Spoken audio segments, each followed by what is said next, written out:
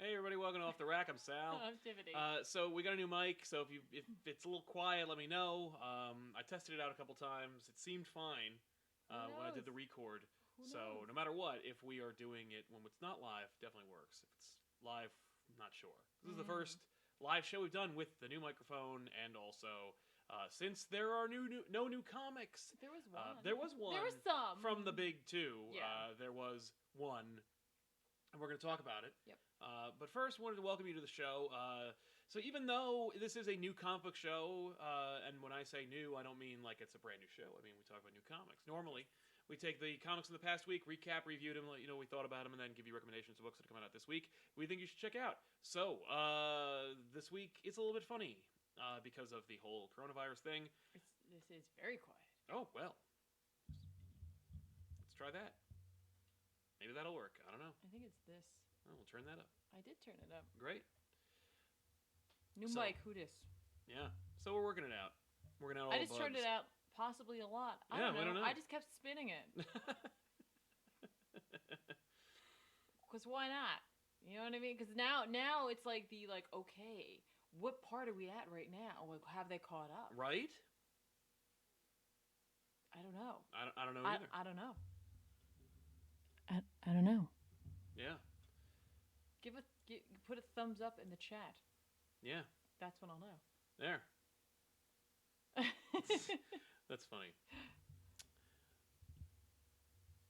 Wait, don't touch it yet. No. Well, I've turned, okay, wait.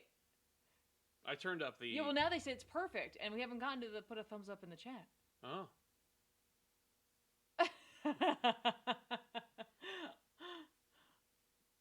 All right. I don't know. Works for me. All right. So anyway, normally this show is sponsored by viewers like you, and so we're going to continue that trend by saying, listen, if you want the show to be unbiased and without any, influence, you can use Super Chats to help us out, and what you'll do is you'll make a comment or a question in those Super Chats, or just contribute to the show in your own way, and we will answer it here on the program, and those monies go into the infrastructure that is this channel. Cool. And allows us to have, like, crappy audio and whatnot. Yay. So let's share a couple of those Super Chats right now, and then we'll jump into the new book that came out this past week, Sure. and then talk about how we're going to make this episode relevant for you. Right. Artist FKA Red says, should I check out Valiant? A lot of people helped him out in the chat already and said yes. I don't see anybody, and I don't think of anybody who would say no. Definitely check out Valiant. If you like shared universes, you're going to dig it. If you like original stuff, you'll dig it. They are a very strong leader in the small publisher scene. I don't want to call them indie comics because they're really not. Right. But they are a smaller publisher who gets top tier talent to work on some of their like iconic characters that have been around for over 30 years. I would recommend books like X-O Man-O-War, Bloodshot, if you want to get into like the superhero aspect of that universe. They also have a whole bunch of other stuff that I'm sure that you would recommend they check out. Well, yeah, but I was going to also say Quantum and Woody. Quantum and Woody, if you like humor, particularly the new series. But yeah, there's so much out there from Valiant that they put out. Shadowman, Dr. Mirage, if you're looking for the supernatural. Yeah, I would keep an eye out for the new Shadowman book that is coming out, not anytime in the next week or so, but shortly thereafter, because John Davis Hunt, who worked on The Wildstorm, is drawing it, and it is great looking stuff. I believe Cullen Bunn wrote that. So, again, it's going to be a solid series, and so check that out as well. Yeah, absolutely. Yeah. I would also, if you want to go back, you could check out Divinity. That was a good one. Yeah, and they actually did a couple of, like, here's an arc of, like, a thing. They're like, they did this book called Britannia, which was, like, a gladiatorial detective comic. Yeah. I don't know how else to describe that, but that's it. Right? So yeah, that's my recommendation and our recommendations for Valiant. Yeah. Scoro says, it's been a while since I stopped by to catch the show live, so I'm sending some love for everybody, for everything you guys do. Scoro, thank you very much, man. Thank you. And Some Friendless Bastard, hey, take some money, bye. Well, thank you. Will do. Well, hopefully you're not leaving, but, you know, we appreciate it, man. Bye. And Artist FKA Red says, thank you all so much. Thank you guys, love you all so much. Well, yeah. Thank you very much. Thank you. So yeah, anything else? Any other new business? What are we talking about today? What's our plan? We're gonna talk about the one book that came out, and then we're gonna talk to you guys about some comic reading recommendations, and just kind of have like a open conversation between us and you guys. That's the plan. Is that right? I don't know. Yeah, well, we are constantly hit up by people who are like, "What should I read? What should I check out? I want to check out this character. What should I check out? If I want to get into indie, what should I read?" And in fact, if you go to Instagram.com/ComicPOPofficial, we actually made a couple of reading lists, but I thought it'd be more fun to kind of like actually talk about them verbally. Sure.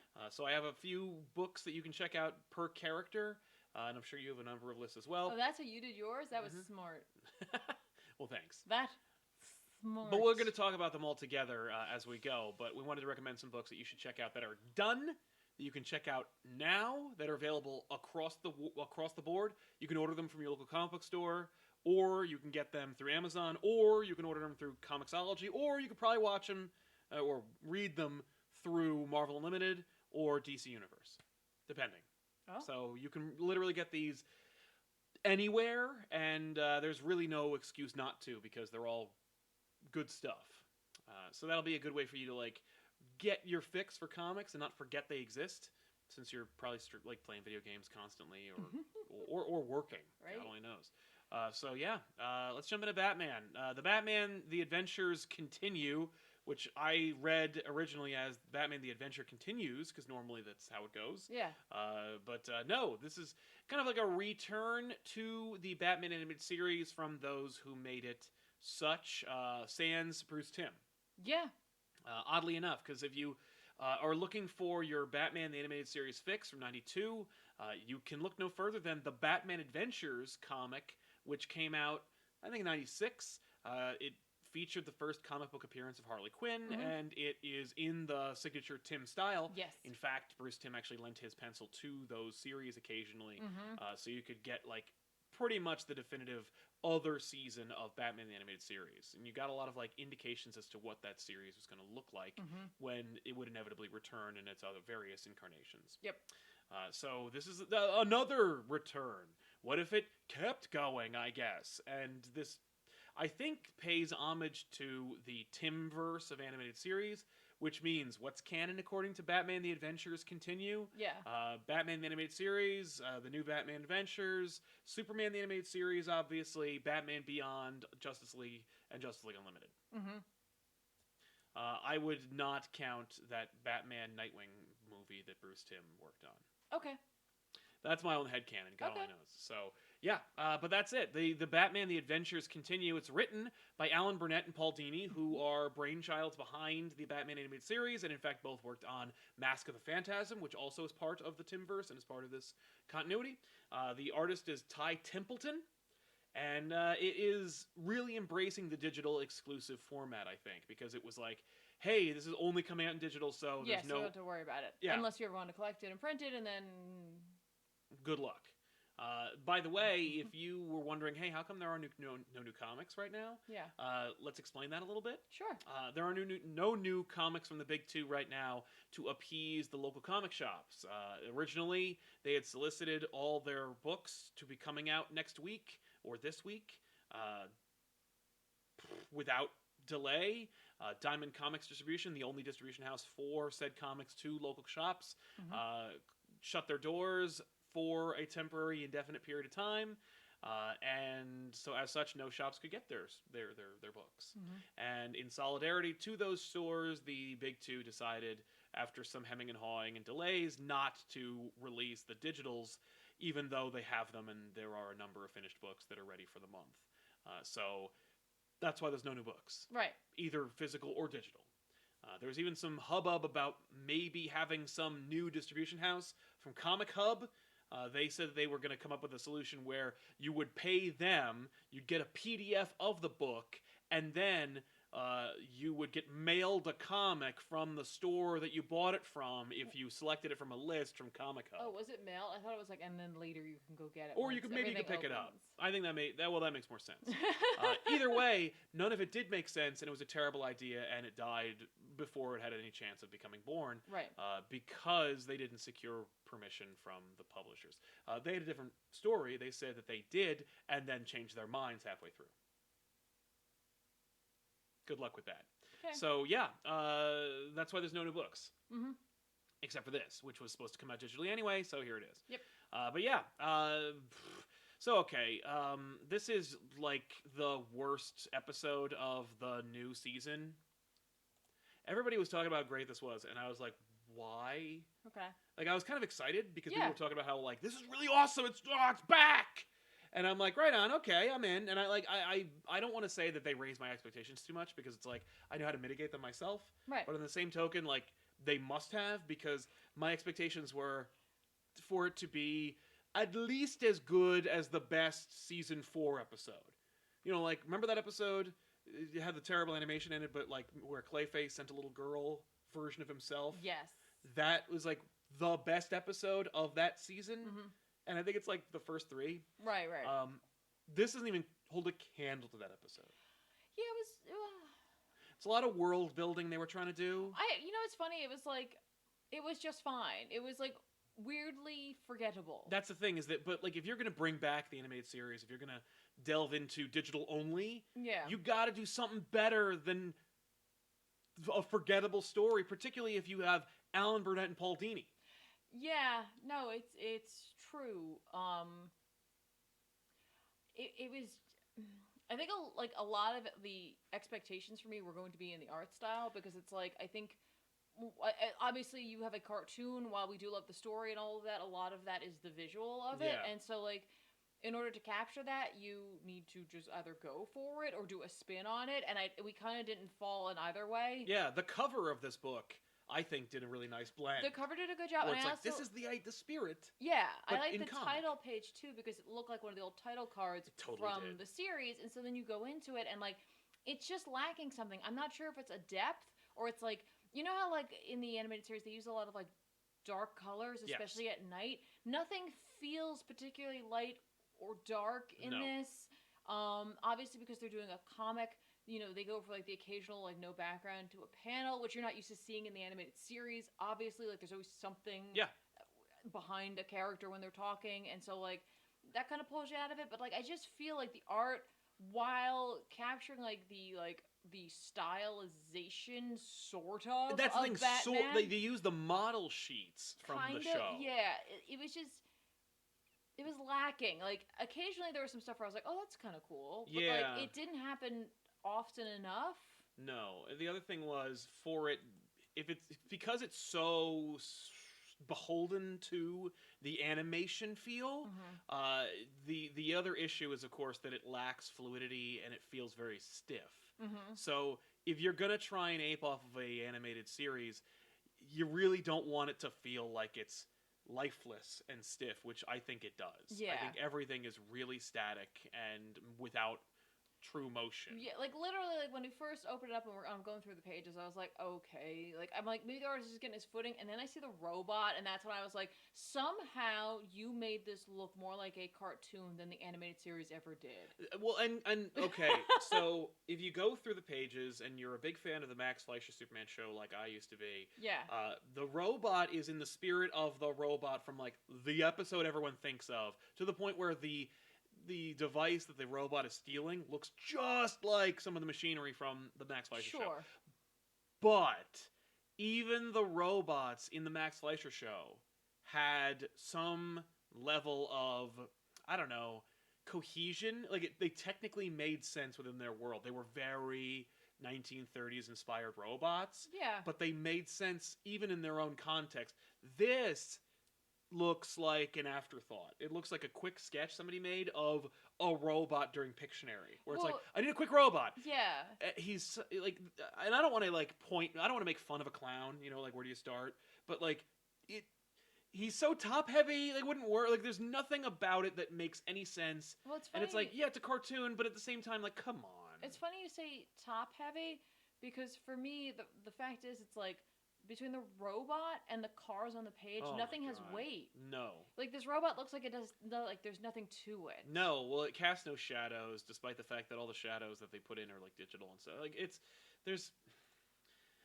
The more you look at it, the more glaring it becomes. And, like, it's, like, there are developments in this that I think more people want to have had happened in the show, like when they're thinking about the show, You know what I mean? Like, they're more like their own hopes and dreams and aspirations and expectations are foisted onto this book. So they're Yeah. like, so when you get to the part where they imply that Jason Todd has returned, even though he's never been introduced in Sure. the Yeah. show, and the character of Tim Drake within the context of the animated series was the merging analog of like Jason Todd anyway, to right on down to the tire stealing origin. Mm-hmm. You kind of like, why are you doing that? Right. And I figured it out immediately upon seeing any reviews about it online, which was everyone shitting themselves over how awesome it is that Jason Todd's back. And I'm like, oh, fan service.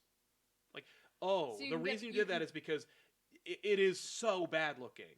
Well, I mean, And like they didn't put Jason Todd in there because they knew it wasn't gonna look good because they didn't know that. No, but like, but that's why it's getting like 4 out of 4s or 4 out of Sure. 5s. It's like because people are so excited to see Jason Todd in the animated series, and it's like you got that in the form of the Tim Drake character.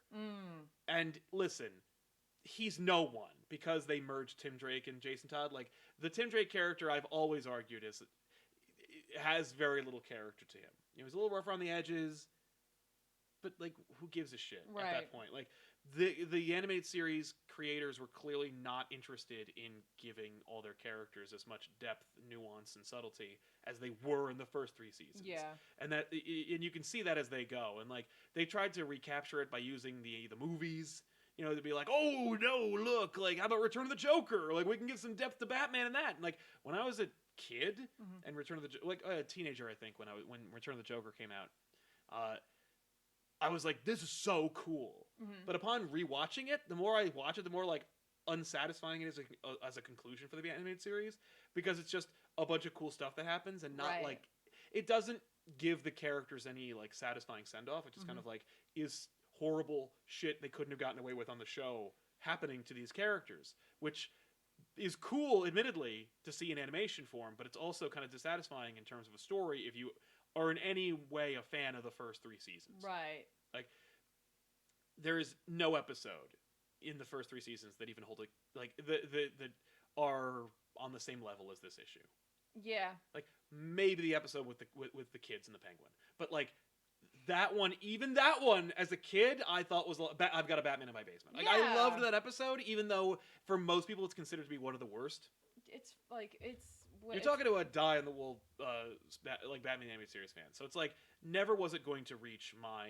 No, it's never going to be like on your top 10. No, but at the same time, like I know the difference between like excellent work and something that's like practically a slipshod afterthought, and that's what this looks like. Yeah, it really does, and I mean, it could just be because they were like, "That's digital only. Who cares?" That is the worst attitude to have for any art you ever produce, much less commercial art, which is like, like if you trick the gallery people into displaying your art, and you spent all the money, time, and effort into producing art that you were like, who gives a shit? And they still put up on the walls, the joke's on them. But like, people are paying you for this. Right, no, it's true. I don't know enough about Ty Templeton. No, and I've seen his name before a million times. So I feel like I've seen his work done as like a character designer for the animated series, or maybe he did like full. Like I think maybe his strengths lie in his static covers versus his panel to panel sequentials. I don't know, but I know that name. There's just something about this first issue where it's just lacking. Like even looking at like the uncolored pages, like it's just. Well, it's just the character and then some lines that designate backgrounds and buildings. Yeah, absolutely. Which is too bad. Like it is, and like story wise, I was like, okay, fine. Story wise, I couldn't care less. We're doing like we're bringing Lex Luthor in. Superman's not around. There's some greater mystery. At least it's a detective story. Yeah, you know what I mean. But like, it was just so. Who cares? That's the thing. It was. I wouldn't even say it's by the numbers, because by the Batman animated series numbers, it should have at least been rewarding. Yeah, I know. Woof. There's so much about this. I feel like if you were bringing this back, you should have done something a little more classic to the series, something that is a little grittier. I was a little surprised by how like childish it was. I don't want to diminish it Right. by suggesting that if something is made for children, it is somehow inherently not good or up to the quality I should expect as an adult. But like Batman fights Bane for half a second, he fights a robot for another half a second, and then the story's over. Like that's and there is no story Well, as much and as then Bruce Wayne shows up, but then Batman comes back. But Bruce Wayne has an interaction with Veronica Vreeland, which like, oh, which they do, which is a funny Bruce Timm or Paul Dini-ism, I think, because like literally in every incarnation of Batman post the cancellation of Batman the Animated Series, the Vreelands show up somehow. Right. Like he must like. You know what I mean? He's got stock in them. When Batman retires, the episode in which he retires in Batman Beyond, he's saving like Veronica Vreeland's like granddaughter or something. Like he puts a Vreeland in everything. Right. So for me, I was like, "Hey, Vreeland, haha!" But like, what? Oh, and he's interacting with Lex Luthor, and I'm like, "Oh, does Luthor know who he is?" No, Yeah, or but- yes, I right? don't think Like, so. there's- I didn't think so. He's like, it's also weird, like how inconsistent his forehead is. Well, yes, Lex very Luthor's. much. I was like, how much head does Lex Luthor have? Right, all of it. The only thing here's a note of positivity. I'll give it. They kind of went back to the darker skinned Lex Luthor that was in the Superman animated series. That is noticeably lacking in the Justice League animated series. Like they made him whiter in the animated series for Justice League. Right. And I was like, man, that's too bad. Like Yeah, I kind why? of like the tanner Luthor. Yeah. And I remember that being kind of like a note of discussion back in the day, Right. About like what race Lex Luthor technically was in the animated series. And I was like, that's kind of neat. And I remember not really thinking at all about it Nope. until someone broached the subject. Yeah. And when they did, I went, oh, that is kind of interesting. Like I kind of dig that. You know, if he is darker skinned, I'm down. You know, but if he isn't, like I don't really care. I legitimately didn't even think about it. No, but like even till just now, where I was just like, yeah, that's what he looks like. right. Well, that's the thing. But in the animated series, remember, he was very light. Right. But yeah, like I utterly forgettable, and ultimately for me, disappointing. Yeah, it was a little disappointing. It definitely was. Yeah, So. I'm definitely not buying it again. Ooh. And it was only $1. It was $1. And I don't know if maybe they were like, well, we're only charging $1, so like really dial it back. We can't. Yeah, maybe I don't know. Again, I don't know enough about the artists to know whether or not Right? like how much work they've done in terms of pages and what have you. I don't know. So. Speaking of $1, by the way, Yeah. Comixology is having a sale. This is not a plug. That sounded like a real like. It really did. that I really was like, where are we going with this? The you know that Ghost Rider book you're reading? Yeah. It's $2 per book right now. Oh wow! So like, I guess You can catch up on all of Ghost Rider for like $1.99. But I already bought it all. Yeah, jokes on you. So like, but no, like, but I was thinking, oh man, this was $1. If you spend an extra $1, you'll actually get like a full comic book out of it. It's Ghost Rider, so it's not like anything close to Batman. But I was looking for sales and deals Hey. on Comixology that might appeal to our viewers. Some people might like it a lot. You don't. You like it a bit. A bit, yes. But I'm saying, like, if you want to check out Ghost Rider. Anyway, but my point is, there is no shortage of dollar comics you can get Right. that are worth more than this. Okay. Langley Neely says, no new comics now is the worst, so I bought a PS4. Wow. Any good games recommendations, comic-related or otherwise? Spidey was great. Of course, you must have gotten Spider-Man with it, because Well, there's 3 or 4 bundles, and like it's gonna come with like the top tier. Throw a rock, anyone's gonna recommend these games. Right. Spider-Man, Horizon Zero Dawn. I was gonna make it into like a war thing. Zero Dark 30 is what you're Zero, yeah, that's every time.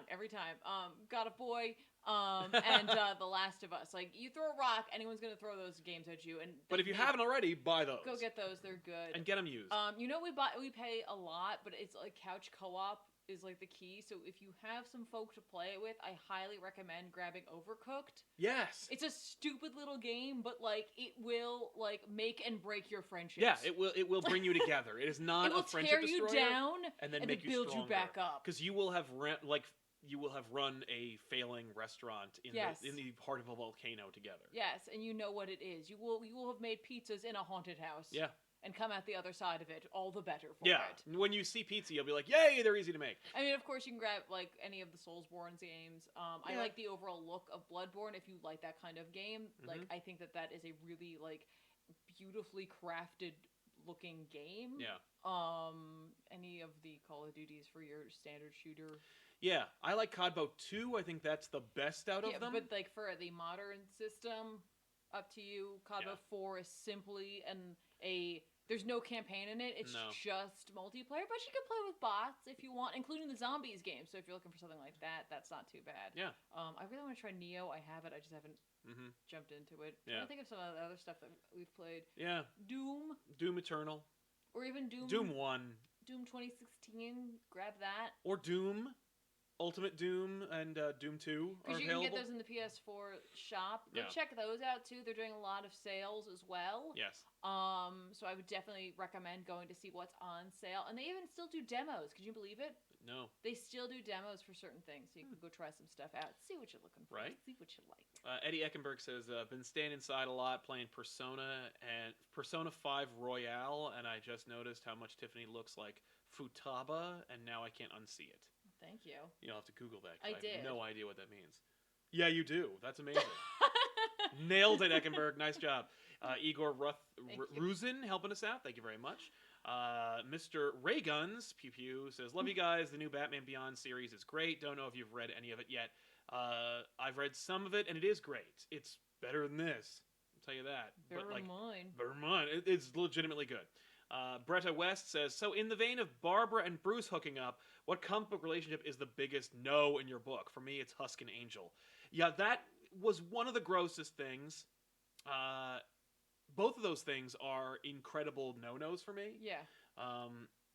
So good call, Bretta. But as far as no-nos go, I'm trying to think of like sacrilege beside... The Barbara Batman one is the one that's like...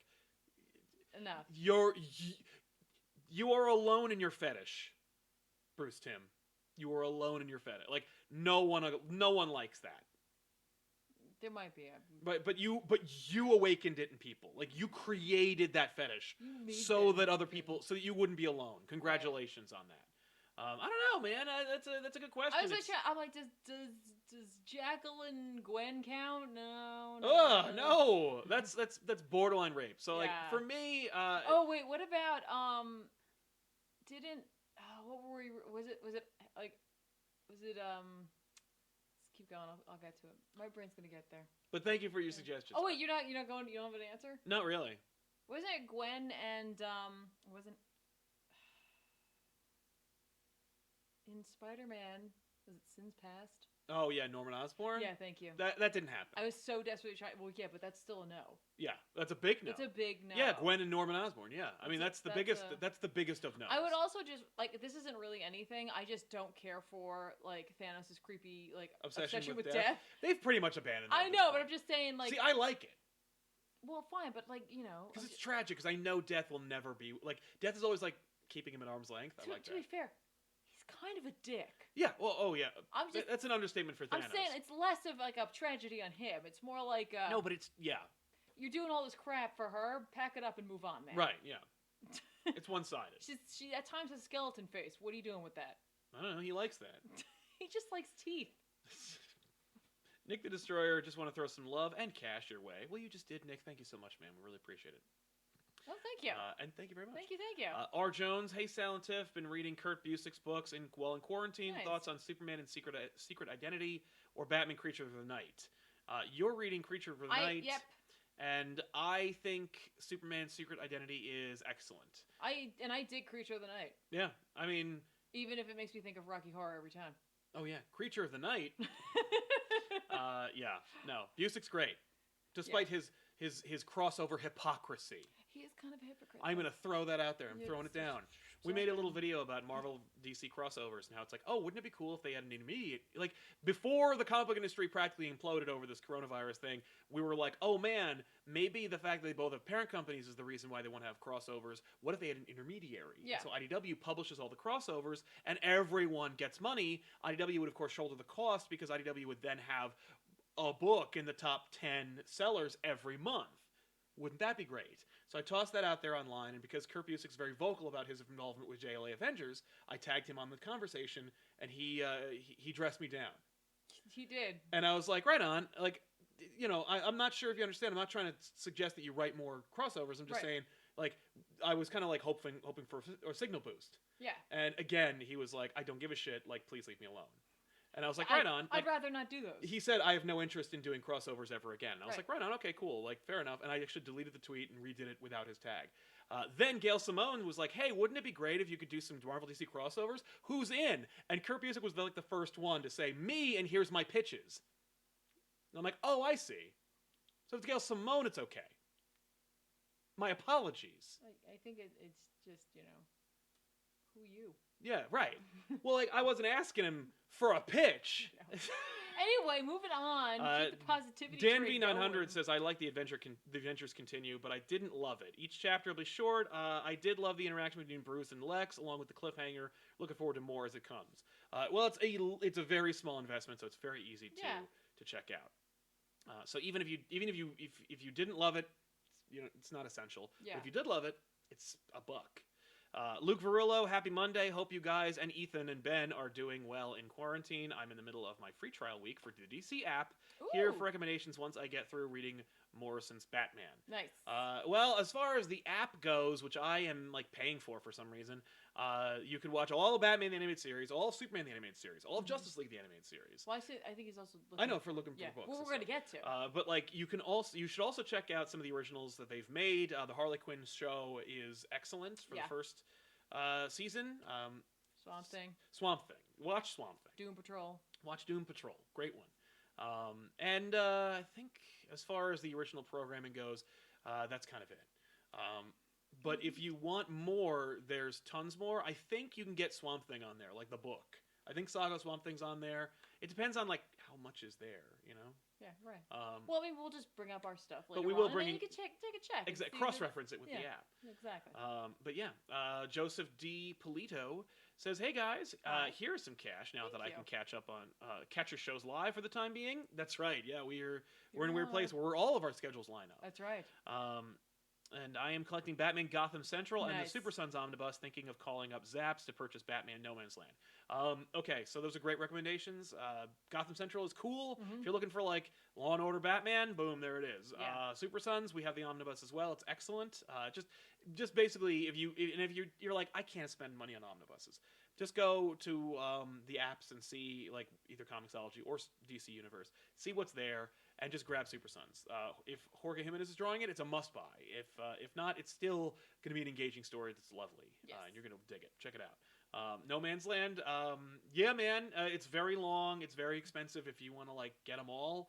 And it's also had 2 print runs, and they're both like have different books in and out of it. It's really weird. But yeah, man. I'm sure that Corey would appreciate it. So definitely give them a call. Eric Santi says, do you think Paul Dini will ever adapt his idea for an episode where Batman dies? This is such a good idea. This is such a good pitch. I'm just warning you. Mm-hmm. An idea where Batman dies and meets Death of the Endless to the comics. From his memoir graphic novel, he says Neil Gaiman liked the idea, but the studio didn't. It wasn't Death that he meets. I think it's Sandman. You think it's Dream? I think it's Dream, because he wanted John Hurt to play Dream. Oh. I loved that. Oh. I loved John Hurt for Dream. That's an interesting If pitch. it was Morpheus Dream, which it was back then. Right. Yeah. Huh. Ugh. Yeah. He pitched that right after he was beaten savagely in the street, which inspired his graphic novel. Right. Which you can check out, and it's great. A true Batman story at Dark Yeah, Knight? Dark Knight, yeah.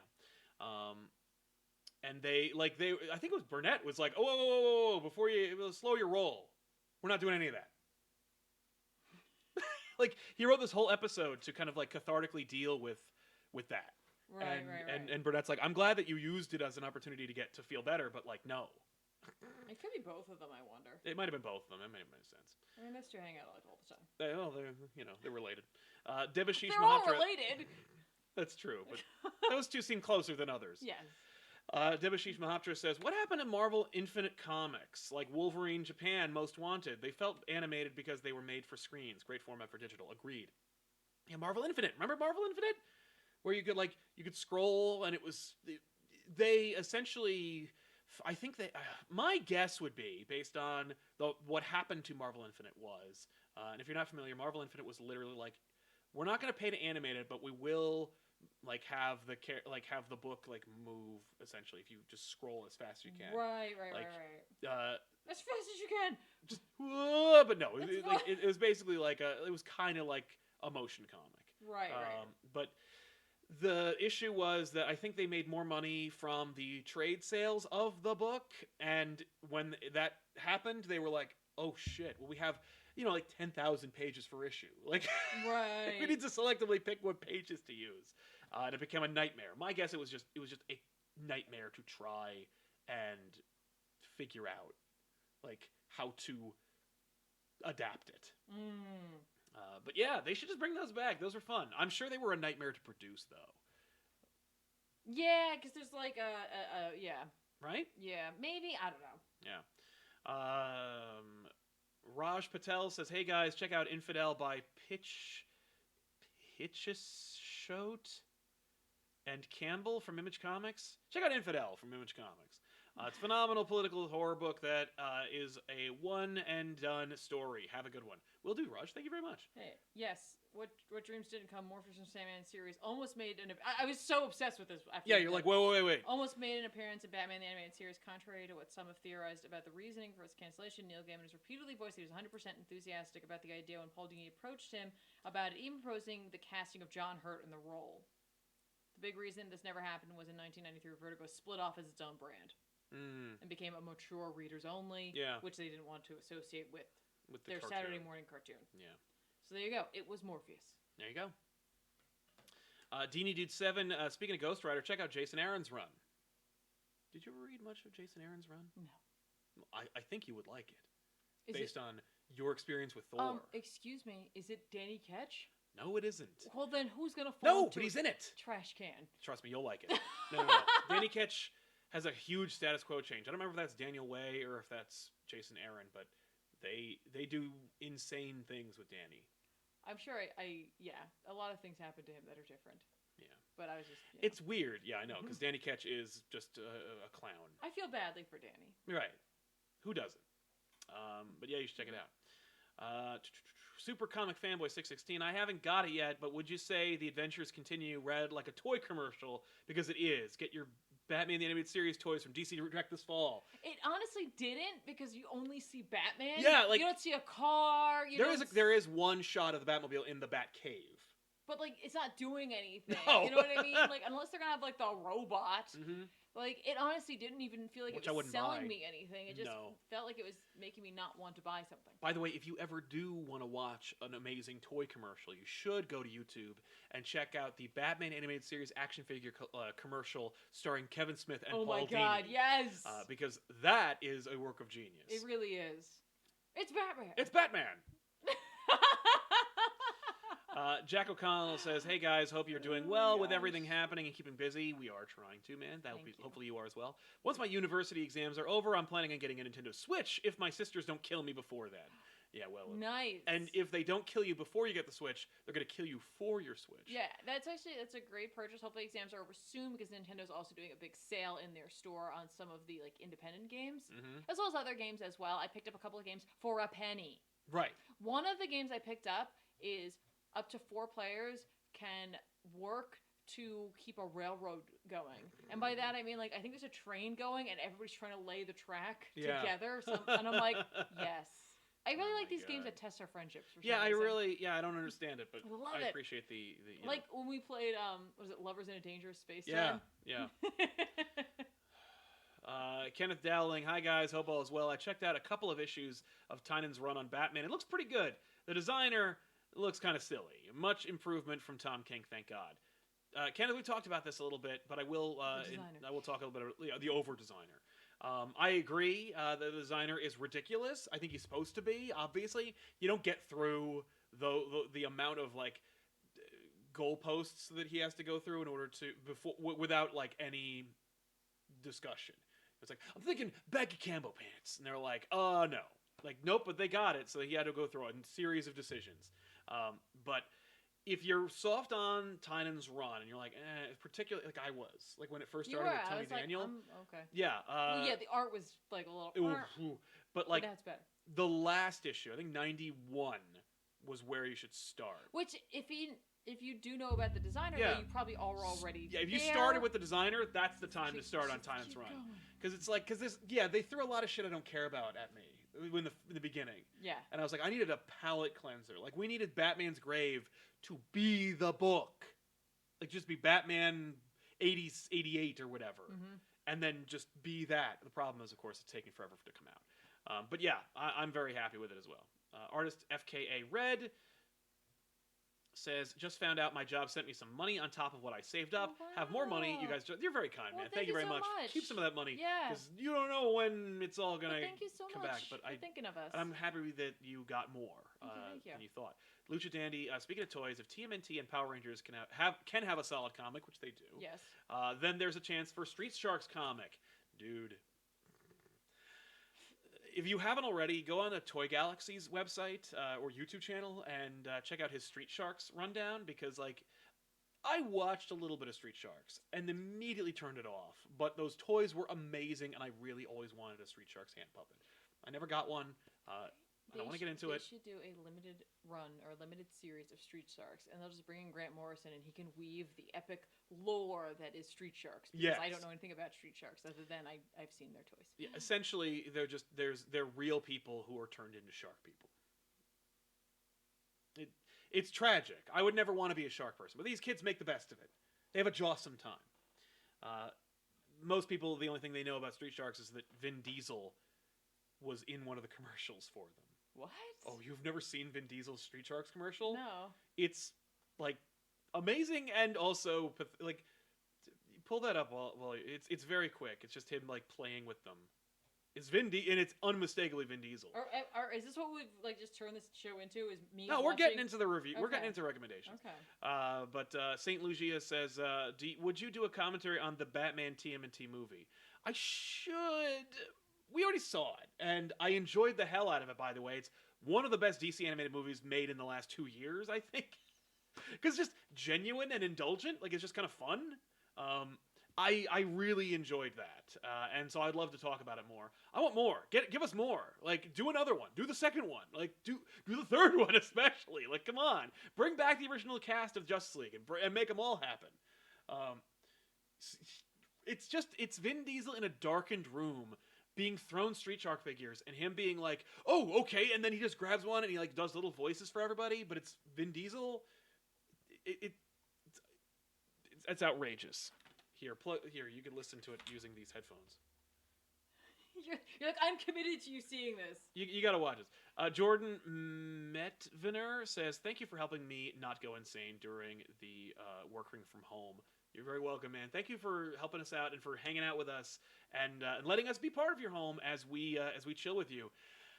We actually did a super secret, dark, like late night live stream a couple of, I guess, like almost a week ago. I did. I'm thinking about doing them a little bit more frequently as we hang out. It'll be after dark. That's why we're calling it ComicPOP After Dark. They're not really saved for posterity. They're unlisted, so I get rid of the links and everything. So it's kind of like preserved for us to just kind of like be and hang out.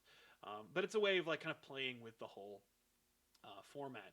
Because the other thing that I'm doing, that we're doing here on this channel is, as you might have noticed, we have a show called Elseworlds Exchange, which is a sister show to this show, where we take one topic and hash it out for an hour. It's me and a guest. And usually it's Joel, from Cape Joel, but sometimes it's like a creator or another YouTuber or something.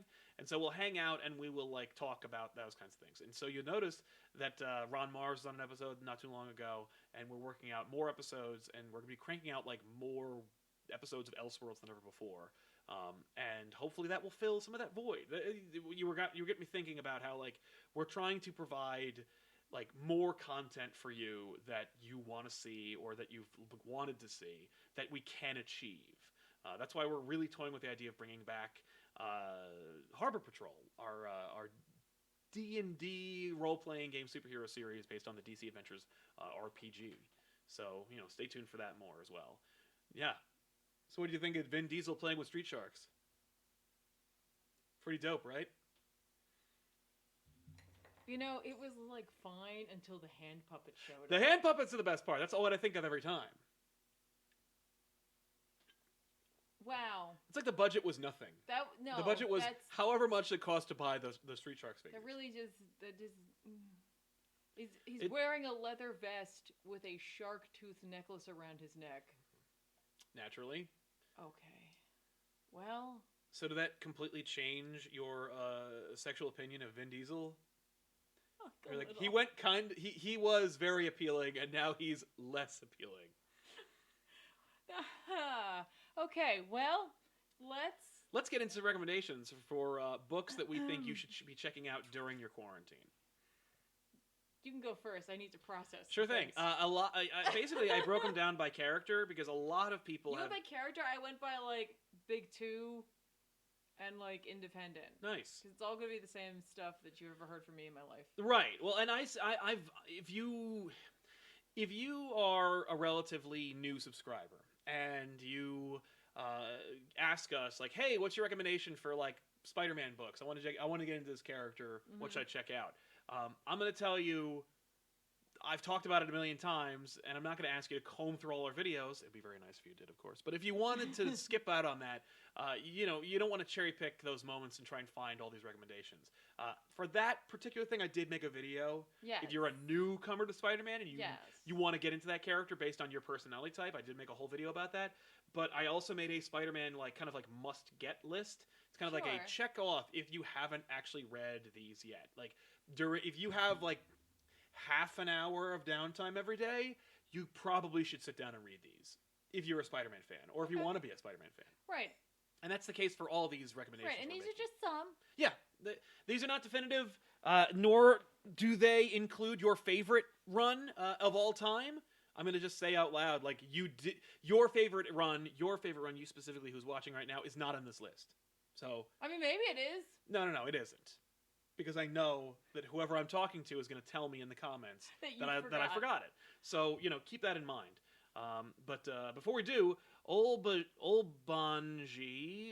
Ambuye, I'm sorry. Olabanji says, with Superman having John and Batman having Damian and soon to be Helena, probably, do you think DC will ever give Wonder Woman an in-continuity child? I think that will be not an in-continuity story unless they were to actually go full steam ahead with 5G and everyone's older, which I don't expect that to happen anymore. But if they bring her back to her mythical roots, that's the thing. She could make one out of anything. Yeah. Right, I was thinking that would be... Or she could just, have a baby. Yeah, because she lives in man's world now, so it's like less hard. It's more likely. Yeah. But I like that idea. Yeah. So yeah, let's jump into it. So with Spider-Man, if you haven't read these already, you probably should. Obviously, I'm going to recommend Kraven's Last Hunt because I think it's incredible. It's really bizarre. Like, I remember making Tiffany read it for the first time way back in the day, and I was like, oh, here's one of the most definitive runs of Spider-Man. And you were like, here's a seminal moment in Spider-Man's history. And you had a very different reaction than I was expecting, but if I had contextualized the book from an outsider's perspective, I shouldn't be surprised at all. Where you were like, what the hell was this? Because, like, if you're familiar with Spider-Man at all, you're like, okay, I've seen the movies, I've read maybe like 2 comics, red and blue suit, flying around, cracks jokes, got an Aunt May. Yeah. None of those things are in this book. Nope. The red and blue suit, no. Aunt May, no. Swinging around, like 25% of the book. It references characters that had been like recently dead in 1987. Like, none of it. Yep. Oh, and Peter Parker's a newlywed. Like, he had gotten back from his honeymoon, and then this happened to him. Right. It's very bizarre. Also, who the hell's Kraven the Hunter? Oh, he's dead. Doesn't matter. Doesn't matter. I learned a lot about Kraven from that book. You did. Yeah, and I gotta tell you, Kraven had been, an original character from, like, the first, like, Lee Ditko run. Never in his run did he strip down naked and jump into a room full of spiders. Nor did he do anything that looked like that, where it was not necessarily spiders, but like frogs or, like lions, and then proceeded to consume them desperately, like he does in this book. But I mean, if you're me, that's all he does. That's it. That's all he's ever done. Right. Because there isn't really, like, an excellent trade paperback of, like, the best Kraven the Hunter stories. Or if they are, it's got a bunch of other stuff in them, too. Yeah. And even if you read them, they wouldn't be nearly as shocking or as, like... Basically, every other Kraven story has been a disappointment to me. Yeah, because he... Well, and, if it's going to be his last story, it might as well be bombastic. Right. Never in his life, in the previous incarnations of the character, has he ever, again, been naked and crawled down on all fours like a dog and licked a saucer, if you will, of spider venom. Yep. Yeah. Oh, also... That's like the image... Yeah, It's like... Of Kraven hunched over. It's this phrase, and he, eats a room full of spiders. Yeah. And the image of him doing that in my head whenever we mention Kraven. Yeah. It's not the suit, it's that. And I'm like... That is a memory slot that could have gone to anything else. Yeah. In my brain. Oh, also Vermin's in it, and it's like, oh right, Vermin. Remember the Rat Man, like in Spider-Man's history? If you know nothing about Spider-Man, Kraven is not the first thing to jump into, but it is a mindfuck of a book, and I think it's great. And DeMatteis wrote it, which means it's full of prose and fun stuff like that. You know what I mean? Like it's a lot of fun. I also recommend, if you are a Spider-Man fan and you've never really gotten into it, like, you should read if any Dan Slott book is going to appeal to you outside of Superior Spider-Man, it's going to be Spider-Man Big Time. Big Time is the Spider-Man story for a person who's used to Spider-Man getting kicked while he's down. It is like a reward for being a Spider-Man fan. If you only like Spider-Man and you're not a big fan of The Marriage. Like, this is a perfect encapsulation of that character where, like, things finally go right. Like, for all the things that normally go wrong, it's the flipped script version of that. And I think it's, like, peak Humberto Ramos as well. Okay. I also recommend, of course, if you want to read more Spider-Man Blue, you got to pick up Spider-Man Blue. Jeff Loeb, Tim Sale, it's just perfect. Why? What's wrong? That was on my list. Okay, well, you can talk about it. No, I clicked it off. It's feel free to talk about it. No, go ahead. Why? That's okay. I was just like, haha. I've talked enough. You're free to talk about it. No. Well, why would you recommend it? Because I just always remember that story. Really? Yeah. It's a great... But for the good reasons, and not the naked man drinking from a saucer. Yeah, it's like the inverse of Spider-Man Kraven's Last Hunt. Like, yeah, you remember it. Well, I would argue that Kraven's has some great stuff in there. No, it like, does. Those are great moments. It completely overshadowed. Oh, like, yeah. Anything like, the like depth. Arguably, that's the reason to read it. Is the nakedness. Yeah. Blue... Well, it's funny because, like, it's like... And I think I used this example already, so I won't anymore. But it is very much a great representation of the feeling it must have had to read those stories when they were happening in real life. Like, not real life, but like when they were happening, when those Gwen Stacy stories were coming out in real time. You are reading like a distillation and exaggeration of like the Gwen Stacy run, but it's like done in such a beautiful way. So yeah. I would also recommend the Alien Costume Saga, which you talked about on our couch with me. Yes. It's a great, ridiculous, big, stupid story. With my least liked villain of all time. Yeah, you hate the Red Ghost. The Red Ghost.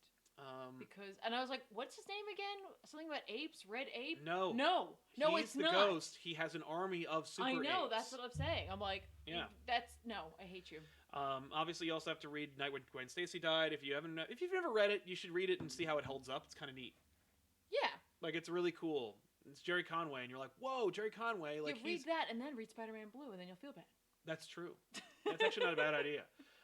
And there's another story that nobody talks about, which is like a Paul Jenkins story called Spider-Man: A Death in the Family, where Spider-Man fights against Norman Osborn. It's one of the most epic Spider-Man Goblin stories of all time, but no one ever talks about it because it was happening during the JMS run.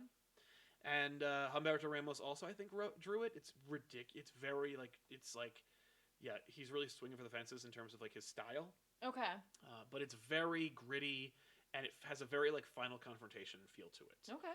Also, the J.M. DeMatteis, Sal Buscema run for Spectacular Spider-Man is worth the price of admission. Check it out. It all culminates with Spider-Man 200, Spectacular Spider-Man 200, with Best of Enemies. I don't know what else to call it besides Best of Enemies, but it's like when I was a kid and I read like the Spider-Man Venom stories, there was always this feeling of futility and desperation involved because he knew his identity and he didn't trigger the spider sense, and so there was no escape. You know, Venom would like go to Peter's house and like bother Aunt May. You know, like there was no escape from that. You felt like this desperation when you're reading the book, and with this, you get that feeling again because Harry knows Peter's identity and he lives below. What's going on? Nothing. I'm listening to you. Oh. He knows his identity. He lives downstairs. He's married to Liz. There's a kid. You know, and it's like peak stress. You know, Peter and Mary Jane are having a hard time in their marriage, and Mary Jane's smoking. It's a lot of very interesting stuff that's going on that's very much forgotten, glossed over, or like superficially referenced to. And it's like for that time, especially if you were reading it when it was happening, you didn't know like what was going to happen next. Right. And because it's DeMatteis, like there's a lot of emotionality to it. You like really understand like the feeling of like being in this, like feeling trapped. Right. Ooh. Okay. Yeah, good stuff. Wow. So those are some Spider-Man stories. Like if you haven't read them, if you've ever skipped them, read them. Okay. If you're a fan. That's fair. Yeah. So how did you do it then? What was your approach? So I didn't know that there was going to be like a category system, so I just pulled books at random. So I'm not sure how to make this work. Because what other characters do you have? I covered Daredevil, Wonder Woman. Those are the two that people ask me the most for recommendations. Okay. I also talked a little bit about Moon Knight. Okay. And Green Arrow, just for the hell of it. Your system makes a lot more sense than me just pulling books out of the ether. Instructions unclear. That's fair. Well, I mean, like, feel free to take it. Like, if there's any crossover, we'll jump into them together. I don't know Well, what did you recommend? Like, what was your approach? Just things that I like. That's great. That's like not a system. That's fine. This is the things that I like portion of the show. These are things I like. Here's some things that I like. Cats. No. You can't read them. You can't, but they'll make it hard for you to read. That's true. I mean, I tried to. You know, it's funny. It's like it's always really easy for me to think of books that are coming out now that I love. Yeah. As opposed to things that I've read and loved in the past. That's fair. And so 9 times out of 10, I get somebody who's just like, "What about this?" And it's like, yeah, that really just wasn't in the forefront of my mind. No. You know what I mean? And so like these are just some things that I was able to pull together before we went on today. So forgive me if I don't name something that I normally would name. Well, again, we're deliberately leaving out your favorite thing. Yeah, I mean, like, it would have been easy for me to put certain things on here, but I left a couple of things off. What'd you leave off? We're not going to get into them deeply. Like, I left off like things like I Kill Giants simply because of the fact that it's like, while that book at the end of the day is truly about hope, I'm not sure if emotionally right now everybody wants to have that kind of experience, because I find that to be an absolutely beautiful book, and like, but I think at the end of the day, it's like it is an emotional experience from cover to cover, and I'm not sure if that's what you're looking for right now. Yes, it's something that heavy. Yeah, that's exactly. Fair. So it's like a couple of things like that, a couple of things I've probably mentioned a few too many times. I mean, a lot of them are still on here. Well, there you go. I try to like just bring up things that like I always want to remind you of that exist, while also trying to like plumb the depths of my brain to come up with some other things. But like that one didn't make it on the list. I wanted to I'm gonna ease into this and just tell you about the two things I've been telling you about endlessly for the past 2 months. Yes. Once a Future by Kieran Gillen and Dan Mora. That one you can get in a trade right now, which means that you can get issues 1 through 6 from Boom Studios. It's a action adventure, Arthurian lore fantasy style story. It's one of those things where it's like, not only is it competently written while like giving you some knowledge about Arthurian lore, but it reads and is paced like an action movie. And so like I feel right now, like this is a great read. Yes. Because it just gives you something that you can like get through fairly quickly, but get something really great out of it. And there is still some depth to the story, because like there is something about the relationship between our protagonist and his grandmother. Right. You know what I mean? Like there is like a family like connection there, which we'll see then spill over into the next arc of this story. So I say I think it's a good choice for right now. Totally. Something is Killing the Children, also from Boom. I guess this is the Boom section of my. There's only 2 books. Yeah. But by the way, also keep an eye out for Dan Mora because he is a rising star and he will be scooped up by Marvel or DC at some point. Yeah, and then everybody's gonna be like, Dan Mora, and I'll be like, hipster. But Something is Killing the Children by James Tynion IV and Werther del Edera. Yeah. I never say that right. That's again, first volume's collected. We're on to the next part right now. It's basically paced exactly the same way as Something is Killing the Children. Yeah. I think it has 6, maybe 7? I think the first volume's 5 issues. Okay. Not sure about that. And while it is on the darker scope of things and more towards the horror thriller, I wouldn't say it's that same sort of like emotional gut punch that something or I Kill Giants has. No. Or like God Country, which is also not on here. Right. But it would be normal. But a really good book anyway. Something is Killing the Children is something that will get you into a current indie poll from a company that we don't talk too much about here, Boom Studios.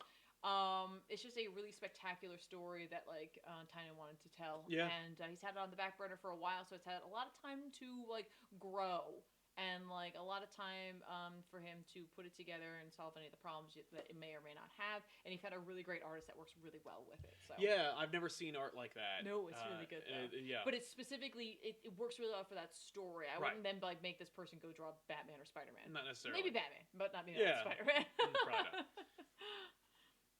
I don't know how to do this. Some other things you've probably heard me mention time and time again. If you're looking for a horror fix, Witches. Naturally. Witches, obviously we covered it here. Yep. But I highly recommend reading it, and then you could also grab the Bad Egg. Yeah, what is that? Now Bad Egg was technically like a kind of mini sequel. It's like a half step. It's like a half Yeah, it's like Lion King 1.5. Yeah, kind of. No. So you could grab that as well if you wanted to get more of that world. Although for me, Witches ended at the end of the first volume, and I'm fine with this. Scott Snyder and Jock put together a fantastic story that can really get into your brain, and you'll see some stuff in there that's gonna stay with you for a while. Yeah. And you'll never look at the woods quite the same way again. It's a good sell. By the way, did you know? Yeah. That in the Green Arrow world, Andy Diggle and Jock made a Green Arrow Year 1 book because that completely skipped me. Wow. And I found it on a thing, and I was like, oh my god, Jock drew an Arrow book. That's cool. That's cool. I should check that out. Yeah, definitely. Just mentioning that, I'm not the world's biggest Green Arrow fan, but I wanted to mention it in that because it came up. Because Jock is a very distinct artist that isn't a good fit for everything. No, he certainly isn't. But when you do get a good fit for him, I think it's a why magical moment. Yeah. Speaking of the woods, I also want to give a shout out to The Woods. Hey, I remember that book. By James Tynion IV, with art by Michael Dialanis. Okay. Sorry. I actually never finished the entire series, but I got maybe 3 volumes into it. It has sort of horror-ish moments, and a little sci-fi, dimensional kind of shifting stuff. It's what if your high school ended up in another place? Okay. And then how everything, Lord of the Flies itself, because you can't help that, it's gonna happen. Yeah. It's cool. Yeah. It's a cool book. And who publishes that again? That might actually be Boom. I think it might be. That might actually be Boom. In the same vein of horror, because I like horror. Harrow County. A book by Cullen Bunn with beautiful art by Tyler Crook. The book actually completed in 2018, and I think they're just doing another spin-off series of it right now. Really? But you can grab that. You can get a beautiful oversized edition if you can order it from Amazon, or I'm sure you can grab it online, no problem. Check it out. I think you have both. The horror in this is a little different, but Tyler Crook's art gives it a really cool storybook feel. Yes. But a creepy, horrible storybook feel. It's just really fun to look at, but also yeah. Yeah, Harrow County. Harrow County. Along with those two, I'm just gonna say, obviously everybody also knows about Nailbiter and Chew. Naturally. Huge, selling books. Yep. Out there. Josh Williamson, of course, doing Nailbiter, and I can't remember who the team was on Chew. Yeah. Is that it for horror? Oh, also Unearth, which is a more recent book. Unearth, I think. Unearth? Unearth Okay. wrapped up its first volume. It's by Cullen Bunn and Kyle Strom. That's the book I mentioned. That's like a whole bunch of things that I've like seen before. There's something to me about the idea of being isolated and trapped someplace while all this like crazy stuff's going on around you, where it's like not necessarily the like masked killer or like, you know, unstoppable force that's following you. It's something that maybe has a physical presence at time, but there's another element of like, am I really seeing this or am I losing my mind? Right. That like really appeals to me, like that question of like questioning the reality of the story and questioning the reality for the characters. Yeah. I really like that, and I think Bunn does a good job with this. Well, he's pretty good at psychological horror. That's cool. You can. I'll take a break. Oh, let's do some super chats while we get resituated, because there were a few that jumped in while we were getting over. But J. Joseph Frazier says, now that Sonic the Hedgehog is with IDW, can we finally get a crossover with him and the Flash? Him and his on art would be dope. I'm surprised there hasn't been one. DC is no stranger to crossovers, particularly with IDW. And the Flash makes the most sense. What? I was just imagining that. I know that in the Sonic movie, I think he's reading Flash comics. I could imagine that they would do like I don't know if this would be better or it's probably worse. Crossover where instead of Sonic coming, it's Tails, and Tails is just used to hanging out with a speedster, and so he gravitates towards the Flash. Yeah. So it's like the Flash and Tails. I'd be okay with that. Especially seeing Tails pick up the Flash and like flying him someplace. So here, hang on, I got this. I know how to do this. Infamous Paragon says, I bought Ultimate Spider-Man because of you. Love from New York. Aww. Love to New York, man. Thank you very much. A lot of my family's from there. Yeah. And Stay you. safe. Yeah. Our family. A lot of our families are from there. And you, I'm like, I'm not from New York. And you. No, but our families are. But yeah, man, I'm glad. Ultimate Spider-Man is obviously a pick you got to pick up. If you were like dabbling in it, you could read it pretty much all the way until it stops. Mm-hmm. And there's really no blemishes, particularly during the Bendis Bagley run. Dr. Fate, I'm 22. What do I say to someone who tells me to group out of comics as they are for kids? Grow. Out of comics. Love the show. Keep up the good work. You don't really like. You're asking for trouble whenever you're talking about confrontation, particularly in this regard. When you're dealing with somebody who's like judging something. I mean, it's judging a book by its cover. It's judging an element because of a preconceived idea about it. Mm-hmm. So you're dealing with somebody who's willfully ignorant about a topic, whether they know it or not, is irrelevant. They're diminishing something that may mean something to you. So it really is about you and your outlook on how you want to be perceived and your life. Like, if this means something to you and you want to defend it, like you're within your right to do so. But also, you have to think about like your social, your social life. Like, mm-hmm. You don't want to be necessarily looked at the guy who's freaked out about comics one time. Right. So it's a balancing act, I think, particularly for me. Like, when I was a kid, I dropped out of comics, but mostly because of what they were doing. I was like, you are driving me crazy, and I stopped reading them. Mm-hmm. And I noticed that, like, my social life picked up as a result of that, because I wasn't the kid reading comics by myself. I was interacting with other people. And I think that everyone at some point or another drops out of comics for a while, and it's just whether like you die before you get back into them or not. But when it comes to dealing with people who tell you like grow out of comics, they're stupid. If it's like your parents, they're expecting an argument anyway, so I'd be like, well, what do you know? Right. If they're your peers and you don't have anybody else who reads comics with you, it's a different situation, because it's like, I want you to have the best experience you can have in life, and comics are essential, and they'll be here when you get back, or they'll be here long after we're gone. Like, they're gonna be fine. Right, but I would say that like if you like reading comics and someone's like coming down, I don't know what their relationship there That's the thing, to you, but the fact is like if you like them and like it's not negatively impacting your life, I would say like I appreciate where you're coming from here, but like I think you're mistaken. Yeah. And if you'd like, I have a few recommendations for exactly. you. Like, you know what? You sound like an Ex Machina fan. And challenge them to read a couple of things. You know what I mean? Definitely. And like if they won't. They won't.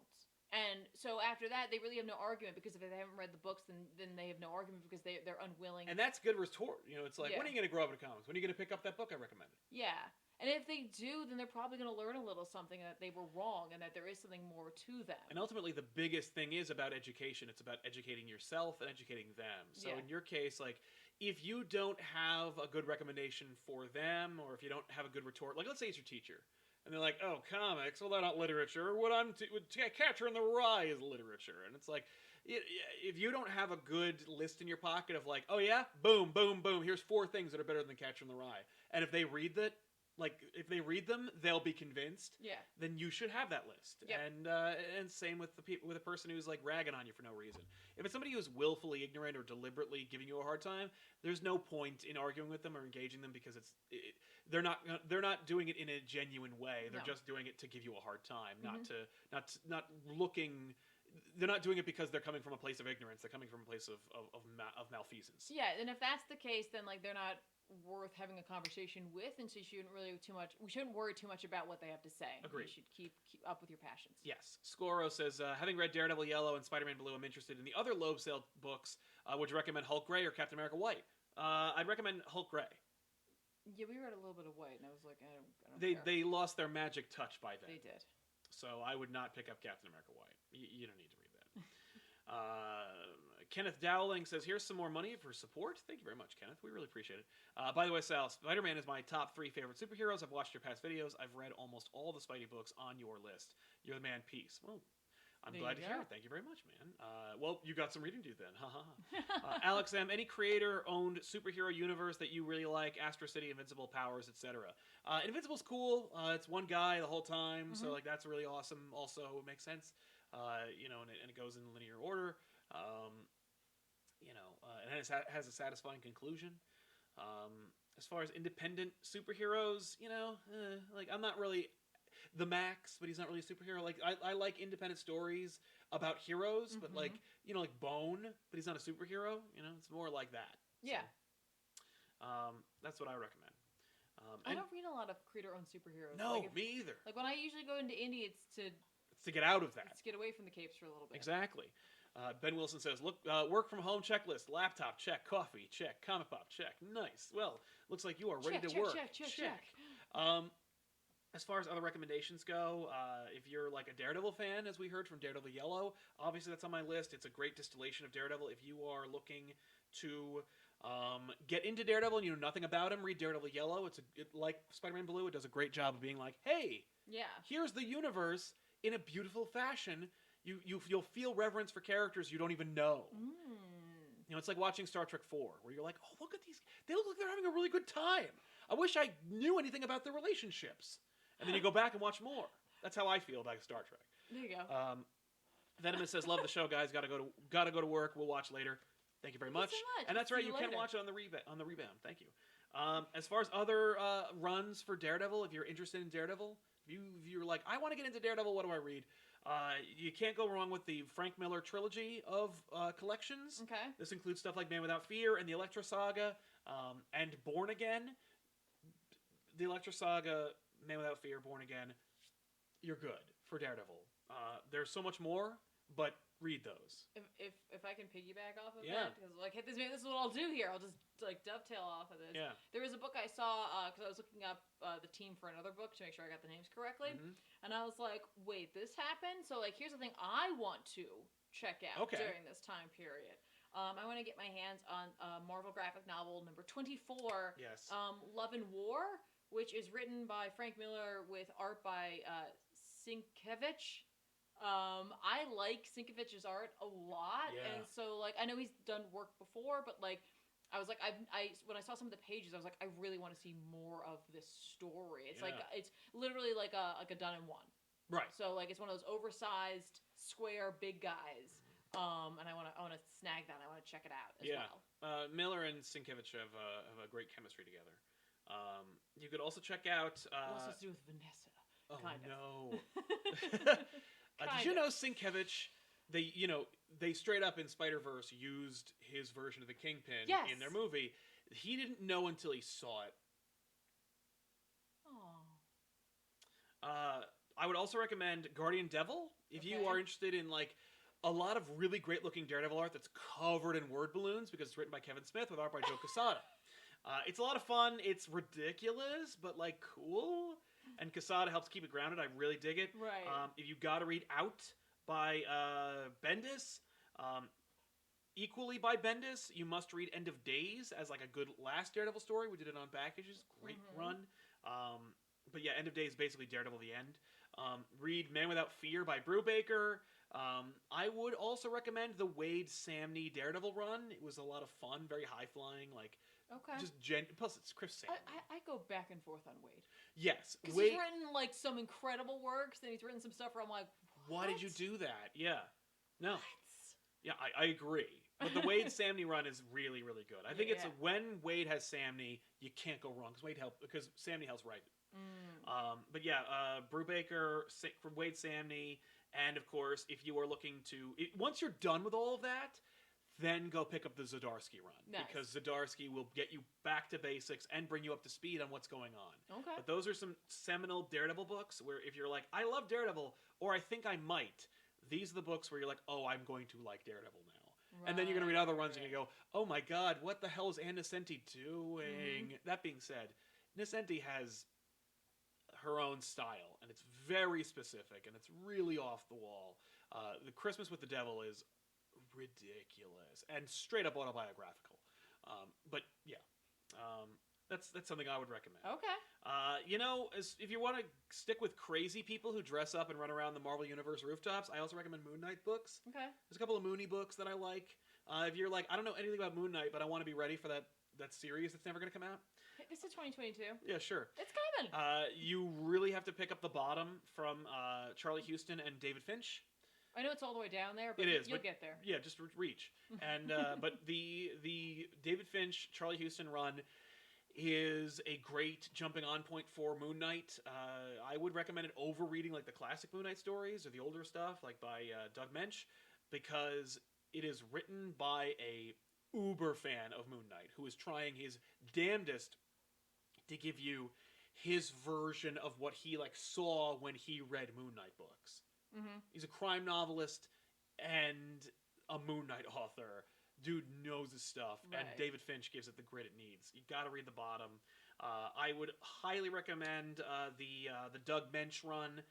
Doug Mensch and Bill Sienkiewicz work together on that run. Nice. If you can only get one of the Mensch runs collections, get the one with Sienkiewicz's art, because holy crap. Yeah. Also, the Warren Ellis, very, very, I think it's 6 issues, but Warren Ellis wrote Moon Knight. Declan Shalvey did the art.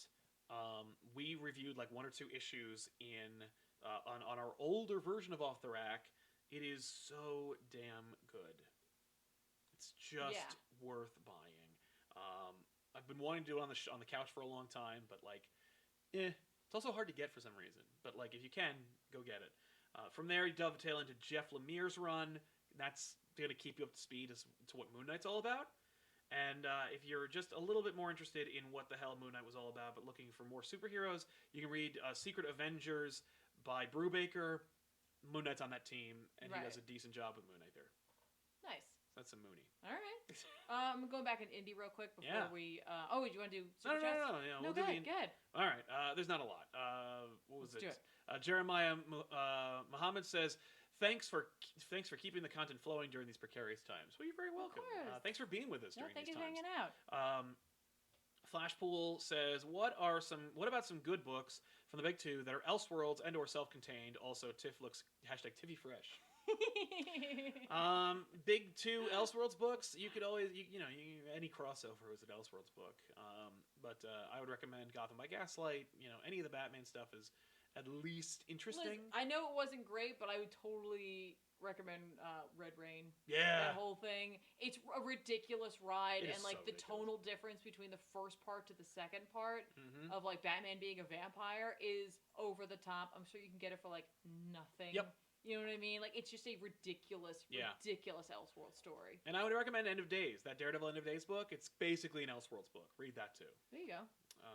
Lucha Dandy, character with similar personalities you can getting along. You can see getting along or not getting along. Just in general, I mean, I imagine that Pete Parker and Dick Grayson would get along better than with Bruce Wayne, but I'd want to see them all team up. Right? I would assume that Tony Stark and Bruce Wayne would not get along. See, I don't know. Yeah, I think not. I think they would not. Mm-hmm. I think that Tony would like be like, yeah, and Bruce would not have any patience for Tony. And Liam says, "Is it worth picking up The Authority by Warren Ellis?" Yes. Yeah, why not? Sure. It's Ellis, so no matter what, like thought, effort, and time went into it. So what else you got? I was gonna say, what is it, a category? Or it's just indie. Let's okay. stick there. Just yeah, real quick, definitely. Just finish up this list. Indie / other miscellaneous. Misc. Die.